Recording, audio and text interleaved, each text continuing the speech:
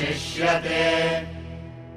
ॐ शान्ति शान्ति शान्तिः। We'll chant from mantra 1 to mantra 8 of Ishavasya Upanishad.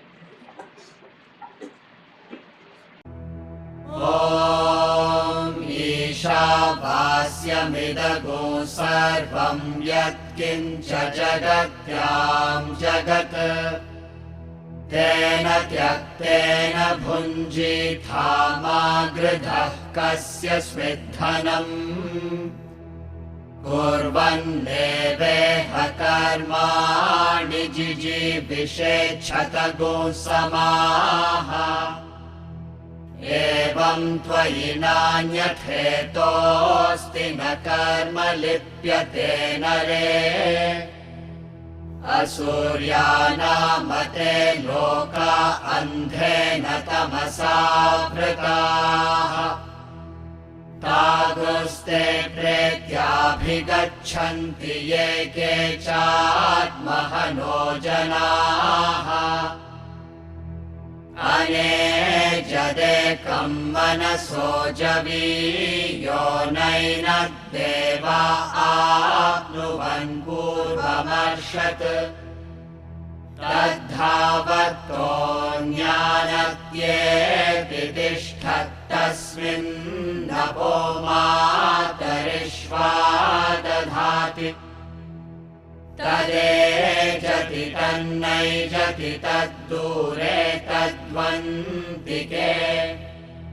तदन्तरस्य सर्वस्य तदु सर्वस्यास्य बाह्यतः। यस्तु सर्वाणि भूतान्यात्मन्येवानुपश्यति। सर्वभूतेषु चात्मानं ततो न विजुगुप्सते। यस्मिन् सर्वाणि भूतान्यात्मैवाभूद्विजानतः। तत्र को मोहः कः शोक एकत्वमनुपश्यतः। सपर्यगाच्छुक्रमकायमव्रणमस्नाभिरगो शुद्धमपापविद्धम्।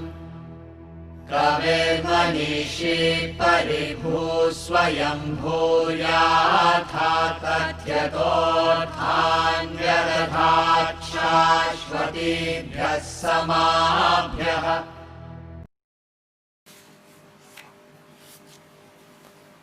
As we discussed before, there are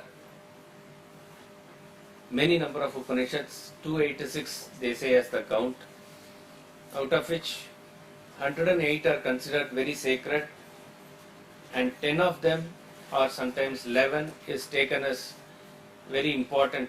Not that other Upanishads are any less important, but Acharyas have commented upon these 10 Upanishads and this is more than enough. In that way, even one Upanishad is more than enough. Like that, this 10 Upanishad is more than enough. Even the Brahma Sutra, when Vedavyasa wrote the Sutra for Vedanta, he covers maximum from these 10 Upanishads only. So these 10 Upanishads are considered very authentic, orthodox, complete. And these 10 are arranged traditionally in a particular way. In that arrangement, this Upanishad, Ishavasya Upanishad, comes first.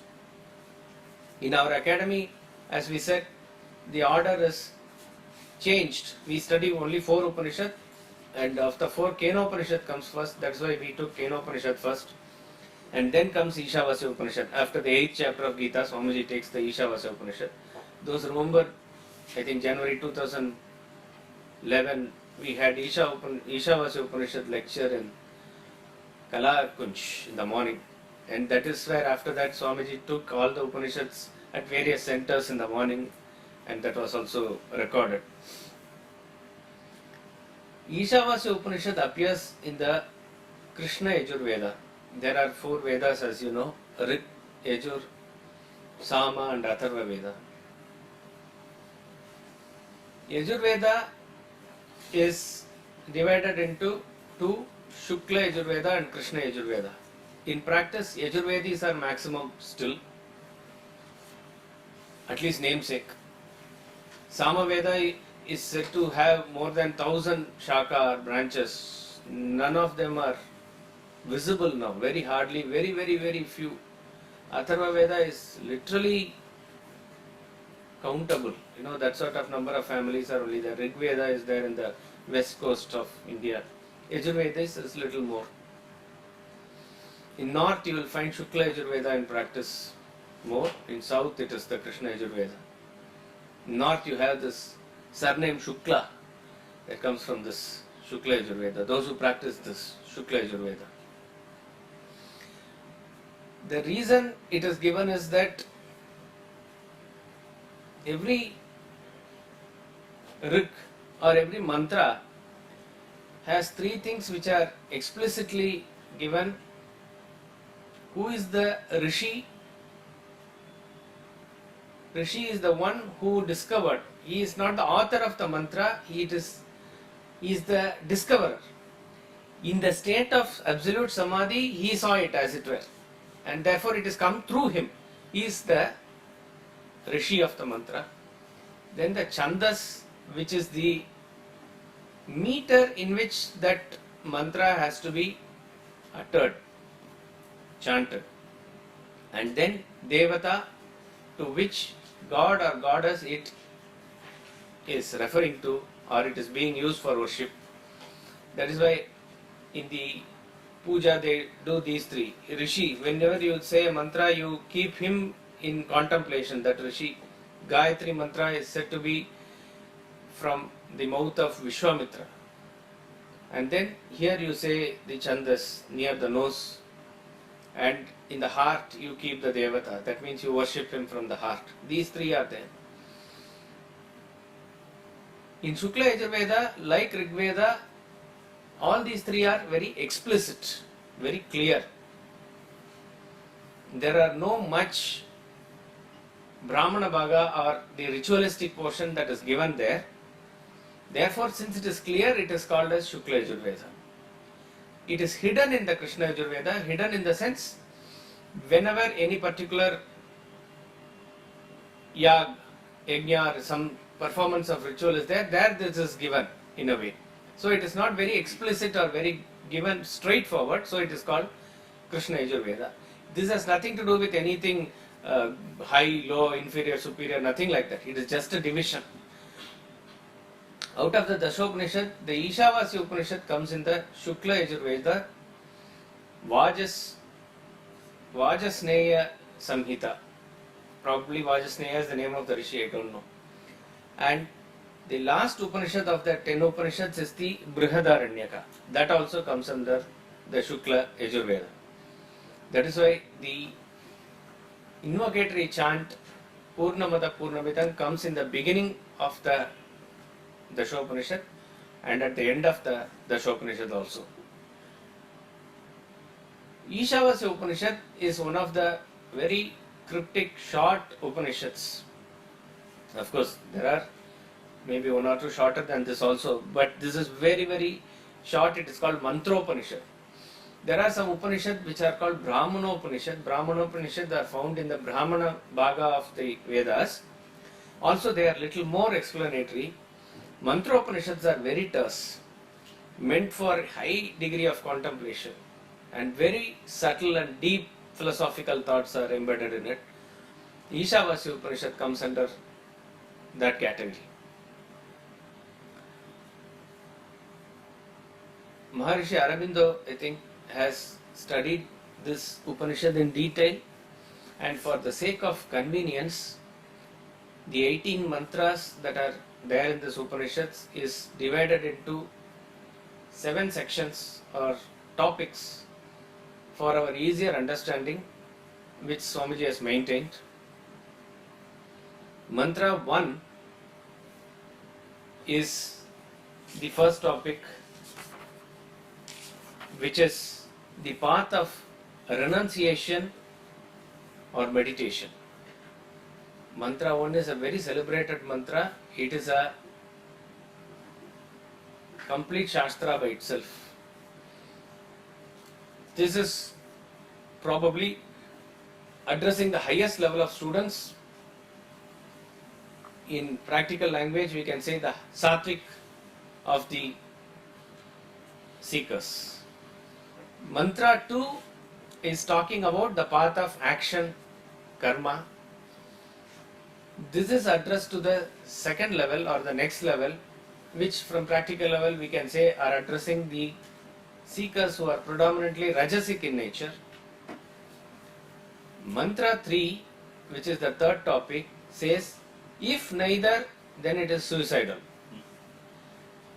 This is a warning or caution, and it is addressed towards the tamasika type of people.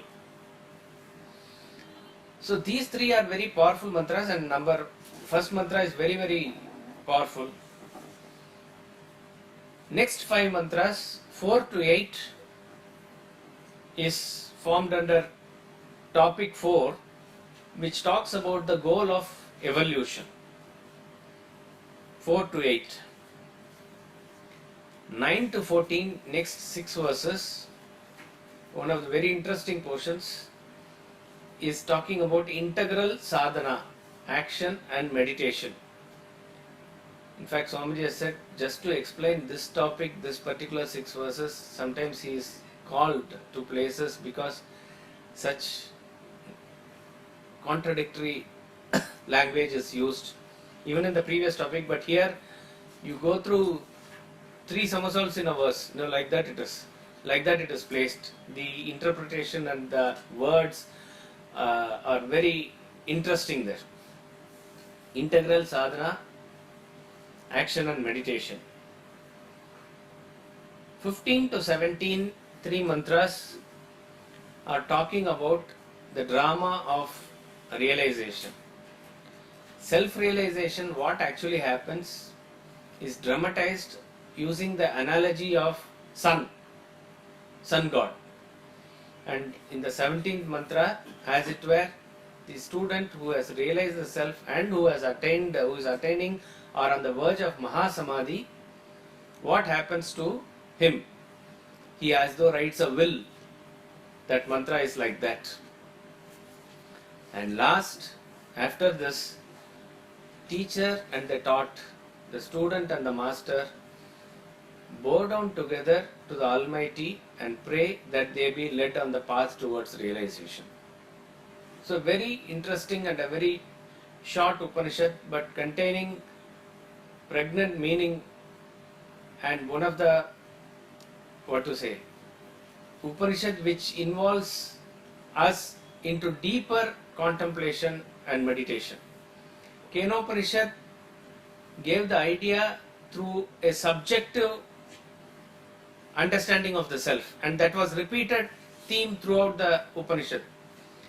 We saw that in the form of story also it was given. Here there is no story or anything, but the supreme nature of the all-pervasive self is given here.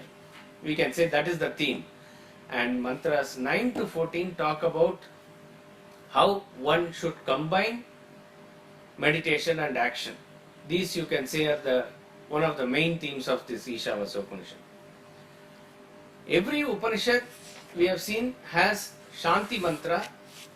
Shanti mantra is a peace invocation. In Kenopanishad we had Sahana Vavatu, and also a specific Shanti mantra, Apyayantu Mamangani. For this Upanishad, for Shukla Yajurveda, here the Shanti mantra that is chanted is Purnamada Purnamidam. This itself is a very powerful mantra. In Vedanta treatise, I think the chapter Supreme Reality, Swamiji has taken this particular mantra and explained separately. Such a powerful mantra which is talking about the absolute nature of the Brahman here. So we will take up the invocatory prayer. We will chant the invocation together. Om Purnamada Purnamidam Purnat Purnamudachyate Purnasya Purnamadaya पूर्णमेवावशिष्यते। ॐ शान्तिः शान्तिः शान्तिः। ॐ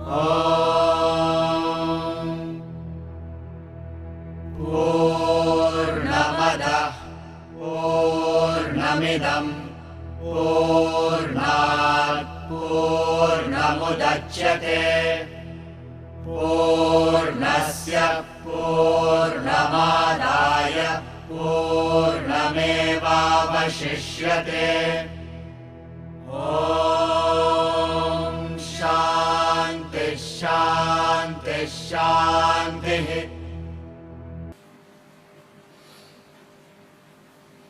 Om. That is whole. This is whole. From the whole emerges. Having drawn out the whole from the whole alone remains. Om, peace, peace, peace. A very interesting mantra. It is using only the one word there, Purnam. The whole mantra is only talking about Purnam. As in every case, the mantra starts with Om. Om refers to the highest reality, which is Brahman. We have studied in detail what Om represents. Om represents is the highest symbol for reality. The silent principle behind all the manifest sound in the universe is the Brahman. So the Om represents the entire manifest Brahman and converges into that silence which is the unmanifest Brahman. So Om represents Brahman only. In fact, some yoga experts say that this Om is a very natural sound. Om. So there is a slight indication of A and U there, and comes obviously.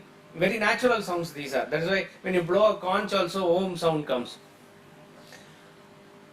This A, U and represent the waking, dream and deep sleep states of consciousness.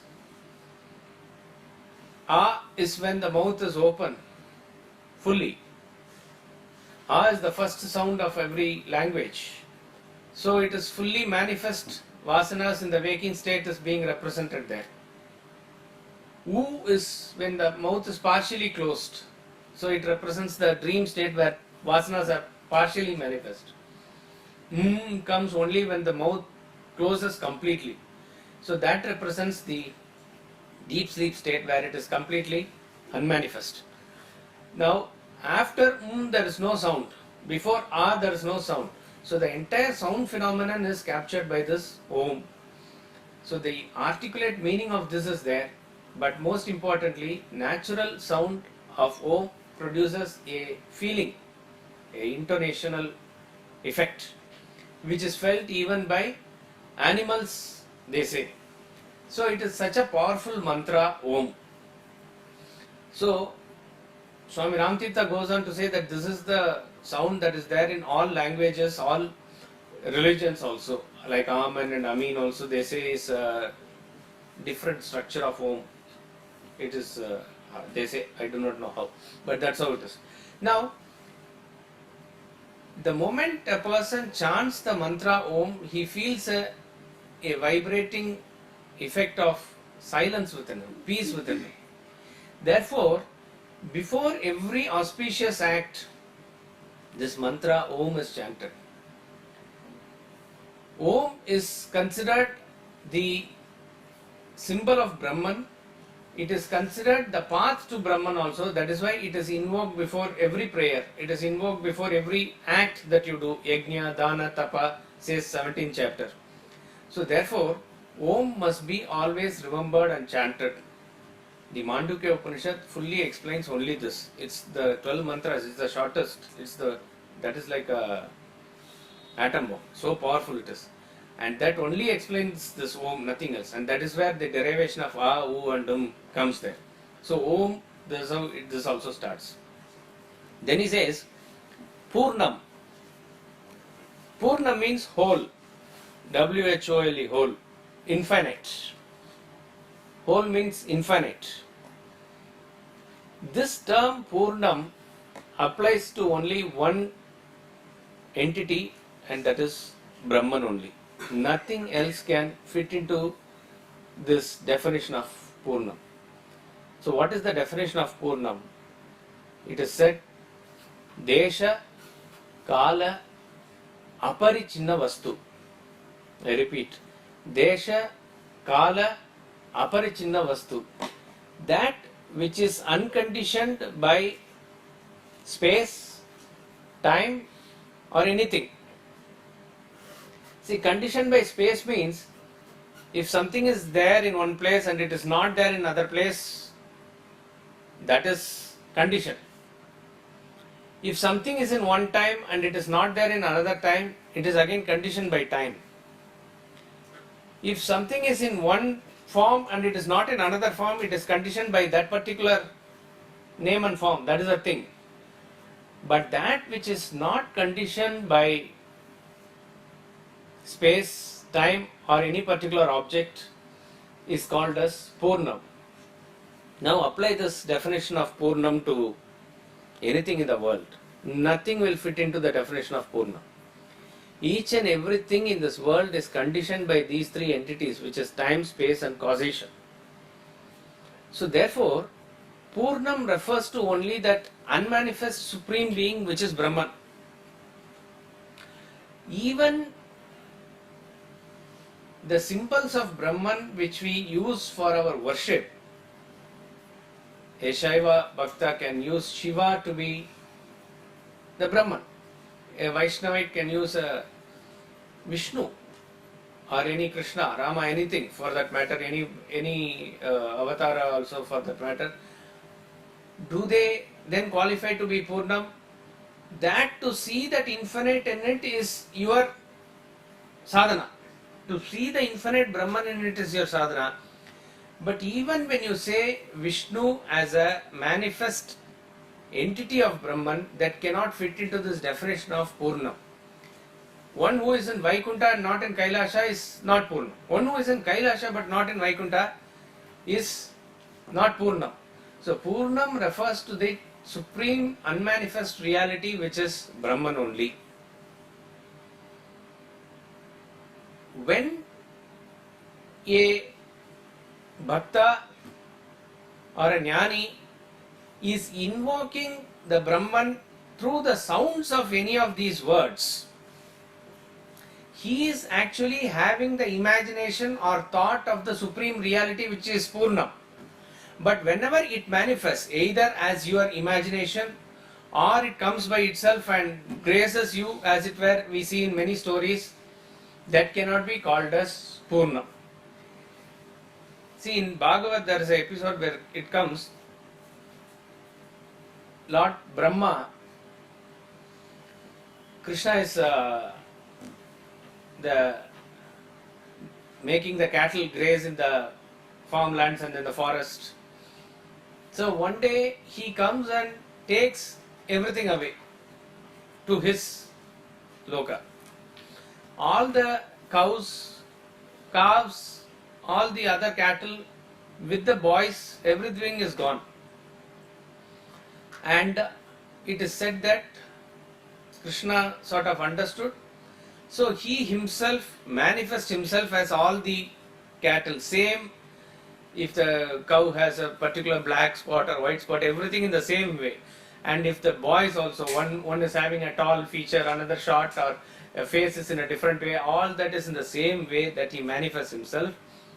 And he goes back to his place, Gokul, and nobody is able to identify. Rather, they are having some extra love towards these entities. The mother and father are showing extra love.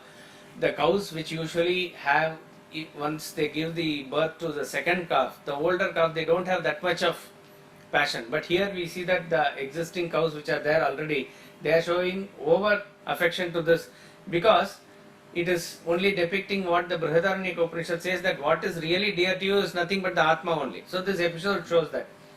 So this Leela goes on for 1 year. Then Brahma says that, my God, what a terrible mistake I have made.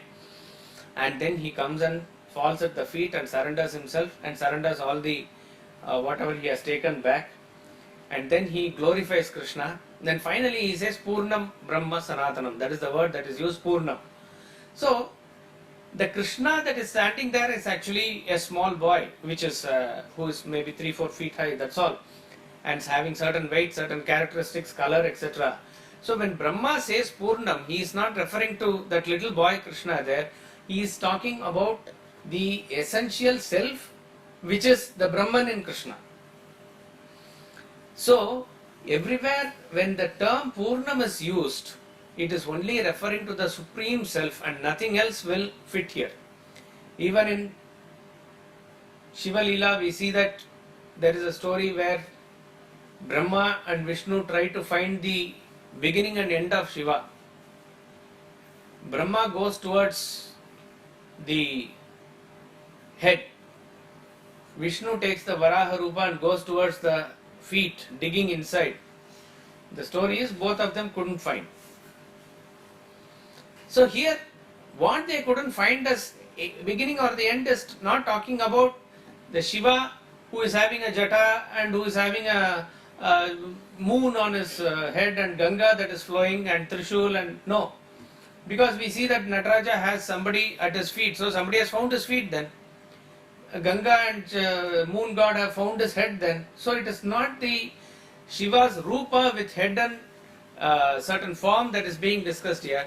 What is being taught to us there in that episode is that he represents that supreme reality which is beginningless, which is endless, which is without any middle.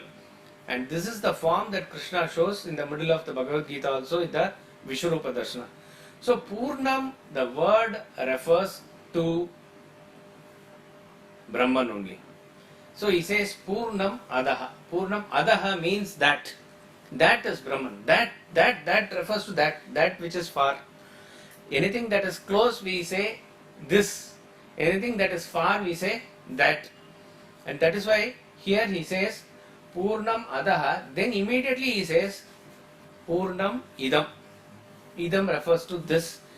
This is referring to the universe, the world that we are experiencing, which is close to us, which is here. What is interesting is, just now we said Purnam is that which is not conditioned, blah blah, many eloquent definitions are given. Immediately he says, this is also Purnam. This world, this universe is also Purnam. We all know universe is conditioned consciousness. Definition was given as that which is not conditioned. That which is not conditioned by time, space or causation. So how do we say that this universe is Purnam? So it's It's a come part out of of Purna. it's a part of This it's come a out of manifest form of unmanifest. It is manifest form of unmanifest. Okay? Sorry? Same thing. It has come out of Purnam. What comes out of infinite? Why cannot it be finite? But if it is coming out from the infinite, there is no space where it can come out. It has to be infinite, it has to be within that. So, you don't agree that anything has come out then? Yeah, no, it's all no, something like a big circle, you move one circle from here to something like that. Nothing can come out. Where it will go? It's infinite, has to be within that infinite. It has to be within that infinite. Is it a second infinite that we are talking about? It's a finite. It's a finite. But very clearly it has said Purnamida. But how can there be two infinities? That is the point. There cannot be two infinite. If any person thinks very deeply, you will find that there cannot be two infinite. It is impossible. There's no People- space, so Huh? there's no space here, so there's no question of Coming out. one place or other place. There's no space and time. But very clearly it is given that it has, and next sentence it is saying, this Purnam has come from that Purnam, it says. Purnam Adaha, that is Purnam, this is Purnam, but this Purnam has come from that Purnam. the essence within us that is close. That is Purna.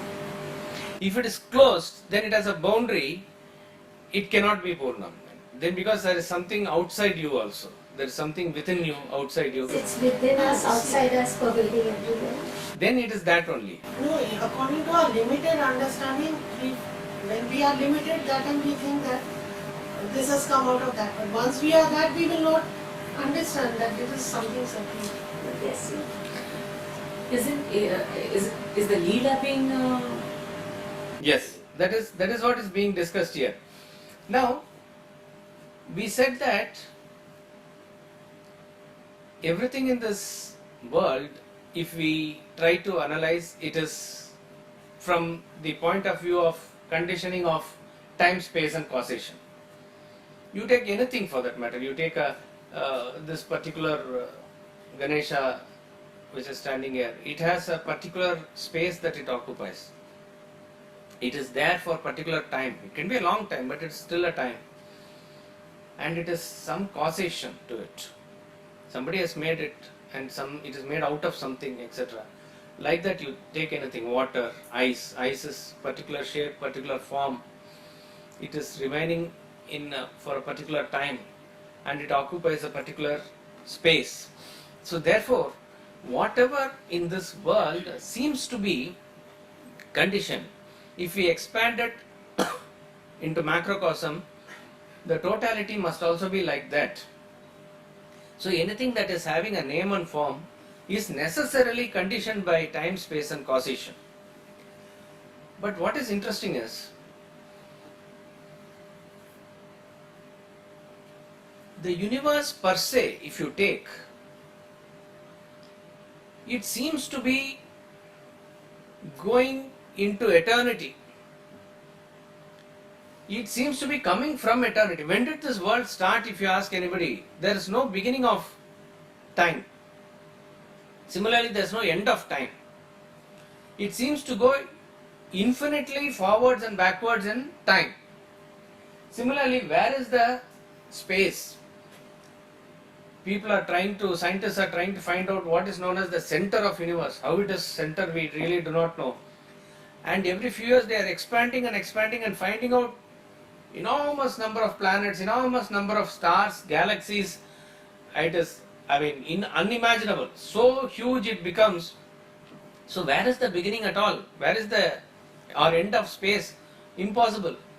So in every direction, forward, backward, upward, downward, right side, left side, every direction, space seems to be unending. So it is infinite with reference to time, it is infinite with reference to space and causation. Any chain of causation you see in this universe, all the elements that follow the rules of causation, there is no beginning or end of causation. Conscious entities and non-living beings also.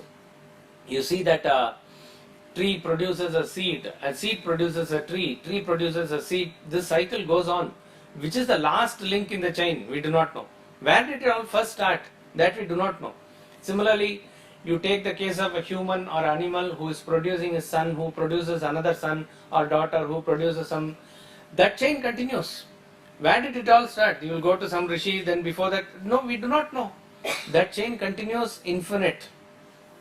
Similarly, a particular wood is there, then it goes into furniture, then it goes into some other form, then it is burnt, it goes into ash, it goes into some other state, gaseous state, water state, solid state. Matter, energy are in a convertible form. They change their forms, but it doesn't seem to end. So, that is why probably we take this universe to be very real. Because it seems to exist forever. Definitely, from our limited experience, we know that we are not experiencing this universe while we are in deep sleep. But you cannot say it is not there. When you get up, it is there, and continuity is seen. So nobody can therefore deny that this is a solid seeming world that is existing. Seems very, very real. And this reality, Vedanta says, is not inherent in the universe. It is the reflection of the Brahman from where it has come. That is what he says in the next line. Purnat Purnamudachyate. That which has come out of something will always tend to reflect the qualities and properties of what is the original. See, you are going in a car. Along the way there is a small hill or a higher landscape. There is a big boulder that is there. As you are going very fast and you have heard that that particular area is infested with elephants, this boulder may seem in a flash for you that an elephant is sitting there or standing there, and you pass fast. But it can never happen that you are going fast in the car and you see a boulder and you say suddenly, I saw a parrot there. It's not parrot. It cannot be parrot. Because parrot and this boulder or rock has nothing in common. So what can come out of a boulder? Only a elephant can come out of the boulder. A child in a dark sees the post as a ghost. The post is also swaying like this in breeze, and it's a twilight, and somebody has also told stories about ghosts to the child. Suddenly it projects a ghost where there is a post. Now the post can only produce ghost. It cannot produce elephant. It is not possible. So how can we say that only post can produce a ghost or similar things? Because only those type of properties can be reflected in what is projected. The famous example of rope and snake. In rope and snake example, where there is a rope, somebody has projected a snake. So the rope transforms or reflects its qualities on a snake. So therefore, what has come out of the rope can only be a snake. This is what he says here, Purnat Purnamudachyate. But since the projected snake carries all the qualities of a rope, it is correct to say that Purnamada Purnamidam. The infinite quality of the Brahman is getting reflected or being reflected on the universe that we project. In fact,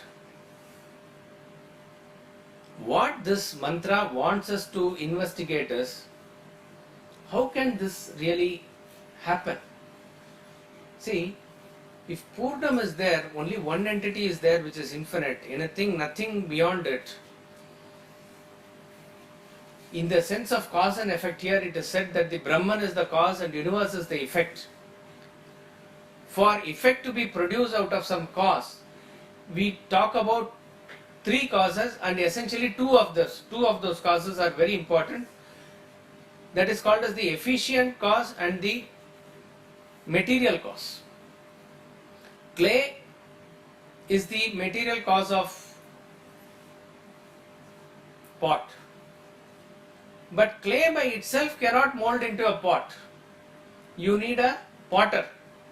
Potter with the intelligence or knowledge is the efficient cause.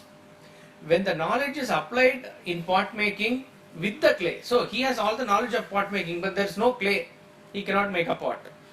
So for essentially any effect to get produced, you need these two causes, the efficient cause and the material cause.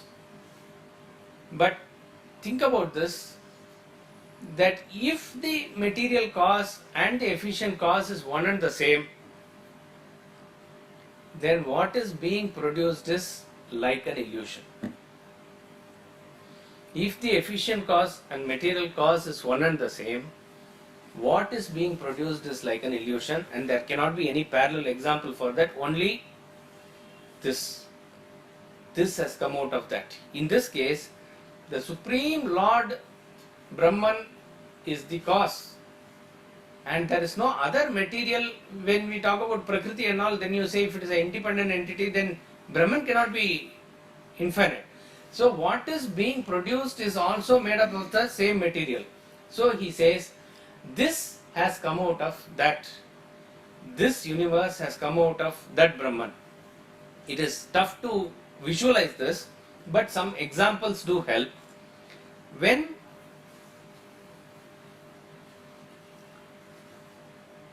the students of a class gain the knowledge, you can say that has come out from the master. Okay? Like one candle can light thousands of candles, but having lighted thousands of candles, is the original candle any less? It is not like giving money, that once I give you money, my money is gone and your money is increased. It is not like that. Having given the light is only there as the same entity without any decrease. Having given the knowledge only probably increases. I mean, I am just saying it as a thing. It doesn't decrease. Having given lot of emotions to your children and your family members and your husband and wife, does the emotion anyway come down? It doesn't come down. So it is very well in our experience we can see that having come out of something, that remains as it is. As it is there. In this case, it is said, not just this universe, it can be any number of universe, any number of planets, any number of this thing can come out of Brahman. That does not make Brahman any less. There is a mantra in Purusha Suktam which is given, Padosya Vishwa Bhutani Tripadasya Amritam Divi. 1/4 has come out as this universe, 3/4 is remaining as it is as unmanifest Brahman. It is 1/4 and 3/4 is not given as a measurement. If you can measure Brahman, then the whole concept goes up. It is not a measurement. It is infinitesimally small also, it is not a number there.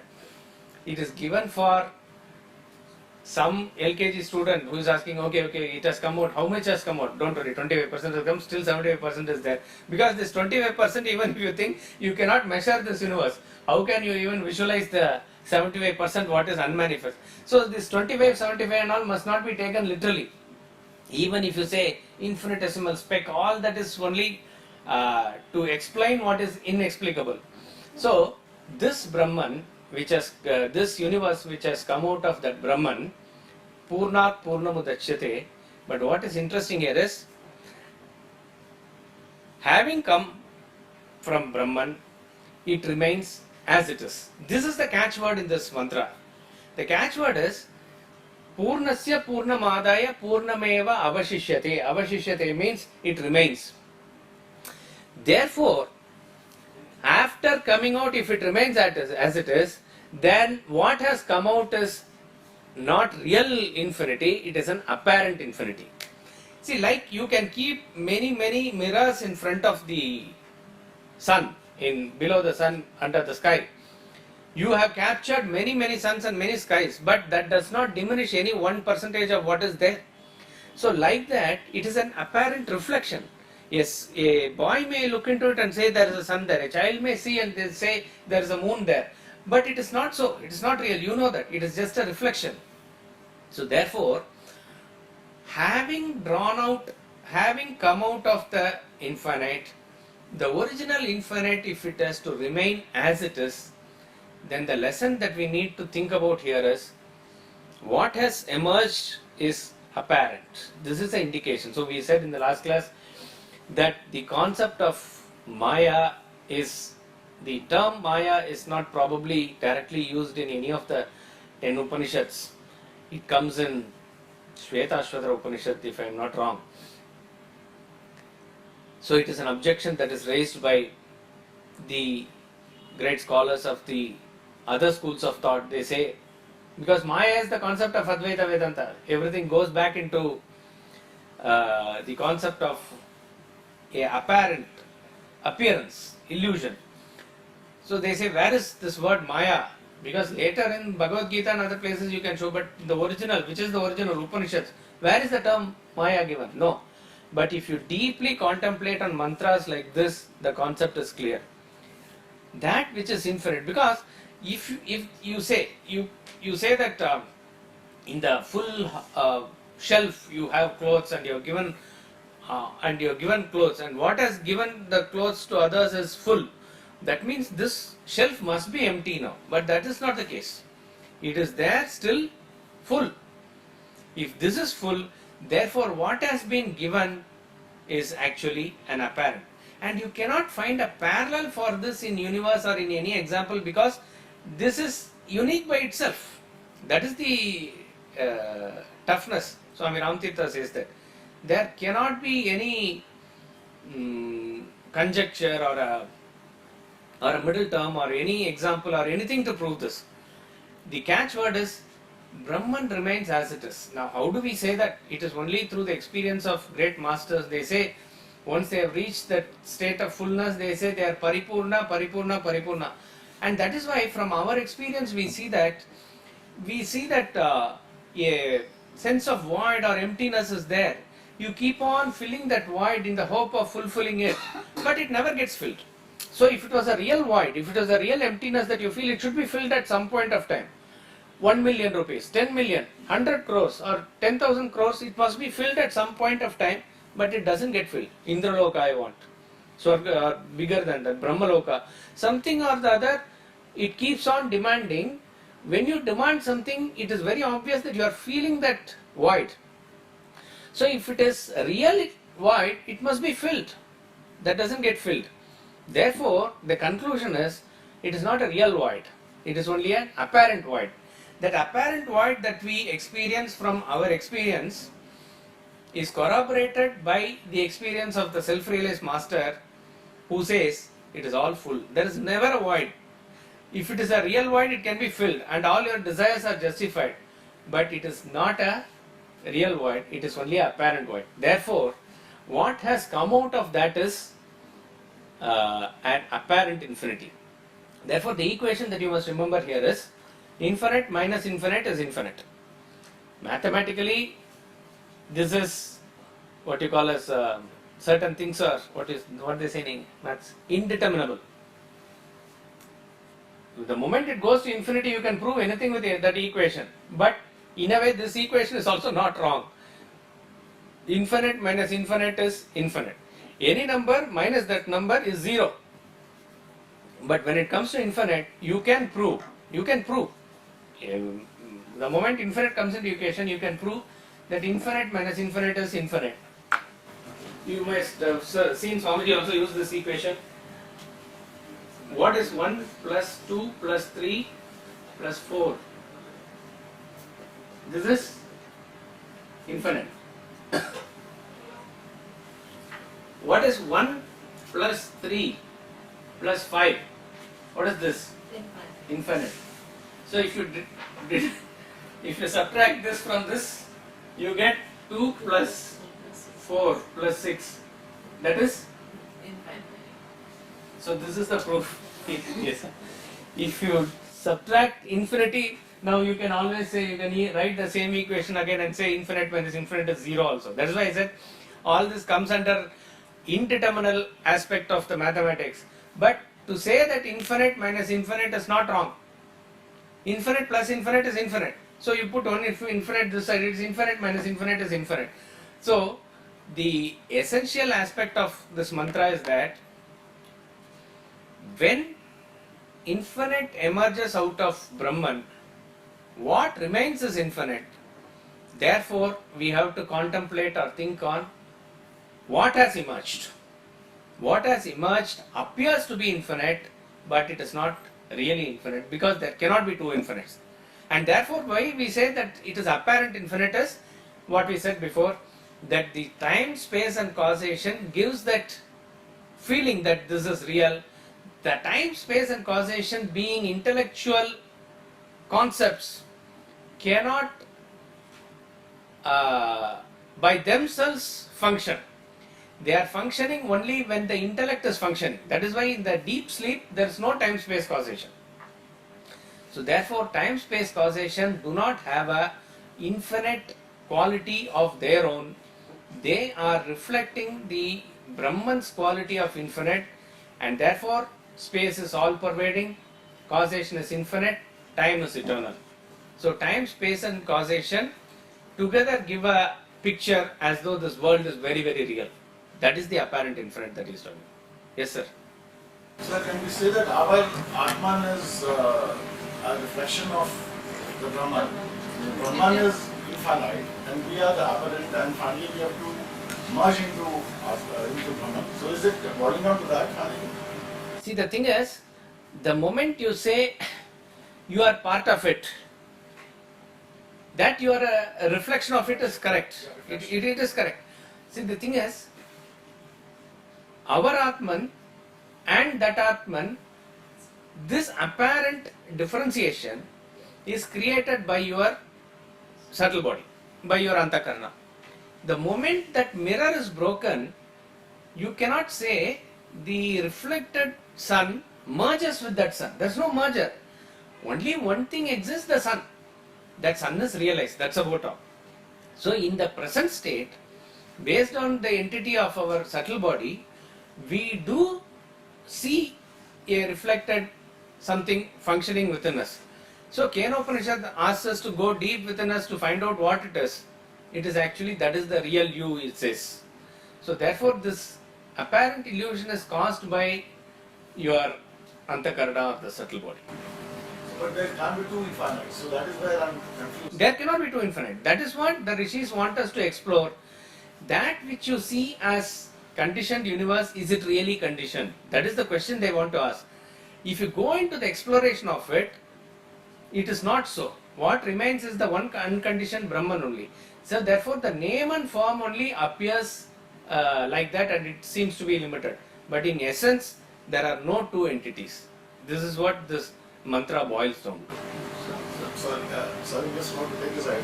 We always say, I mean, that when we were doing Gita also, that our Atman is infinite. So then again, I'm not being able to really connect it, because you said it's a reflection, but it can't merge into it finally. Because, so then how is our Atman infinite? Your Atman is the real self. There is nothing apart from your Atman. That is the point. There is nothing apart from your Atman. In fact, ultimately, you alone exist, is the point.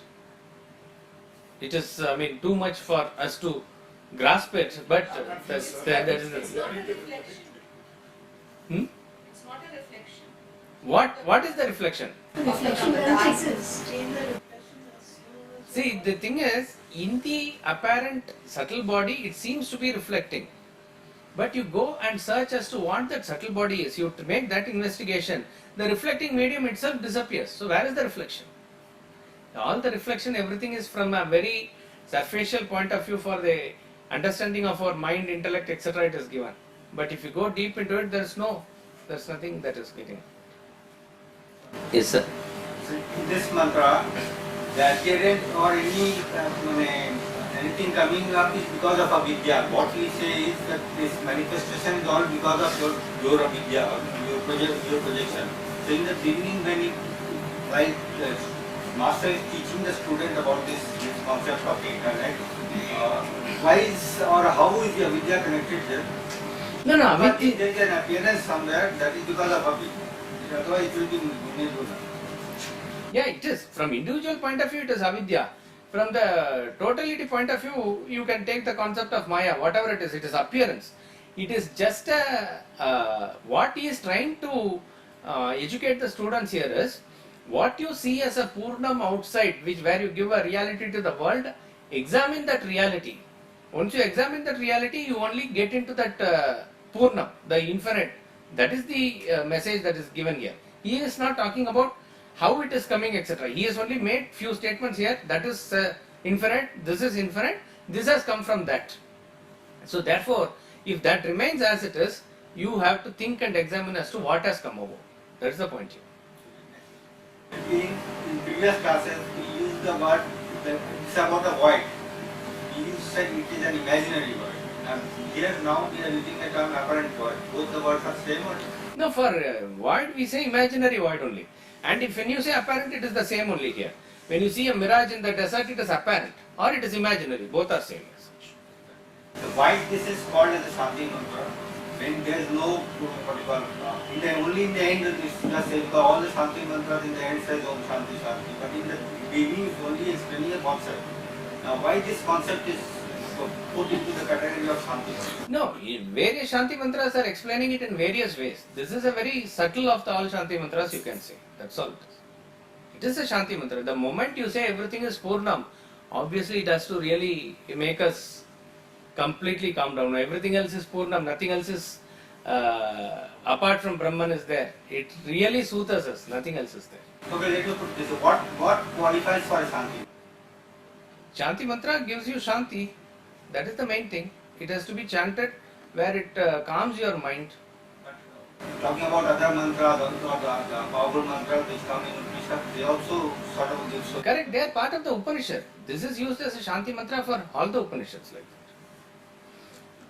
that. The final mantra ends with the three chant Om Shanti Shanti Shanti. These three chants of Shanti traditionally are to appease the disturbances that are caused at the three levels. The cosmic disturbance is Adi Devikam, and the external disturbance is Adi Bhautikam, and internal disturbance is Adhyatmikam. So, since we are entering into a very detailed study of Brahman, it is a command, as it were, that let there be no disturbance at all, because we are doing a very, very important duty in our life. It is like a command, but it is with humility that there is, let there be Shanti, it is said there. Om, that is whole, this is whole. From the whole emerges. Having drawn out the whole from the whole alone remains. We'll conclude with the bhajans here.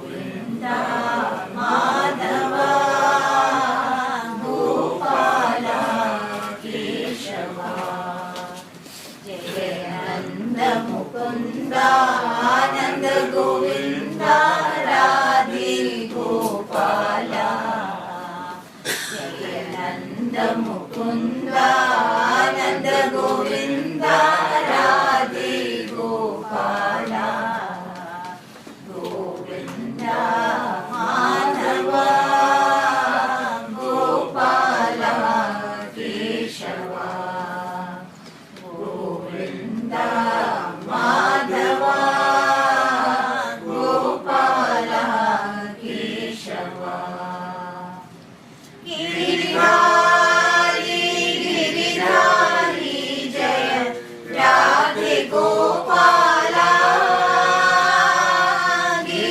Giridhari Giridhari Jaya Radhe Gopala Ghanshyam Shyam Shyam Jaya Jaya Radhe Gopala Ghanshyam Shyam Shyam Jaya Jaya Radhe Gopala Jayananda Mukunda Ananda Govinda Radhe Gopala Jayananda Mukunda Ananda Govinda Radhe Gopala Govinda Madhava Gopala Keshava Govinda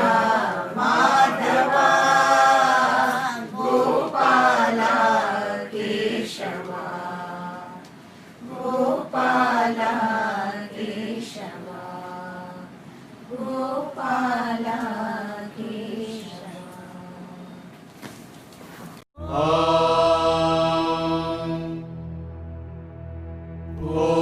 Purnamada Purnamidam Purnat Purnamudachyate Purnasya Purnamadaya Purnamevavashishyate Om Shanti Shanti Shanti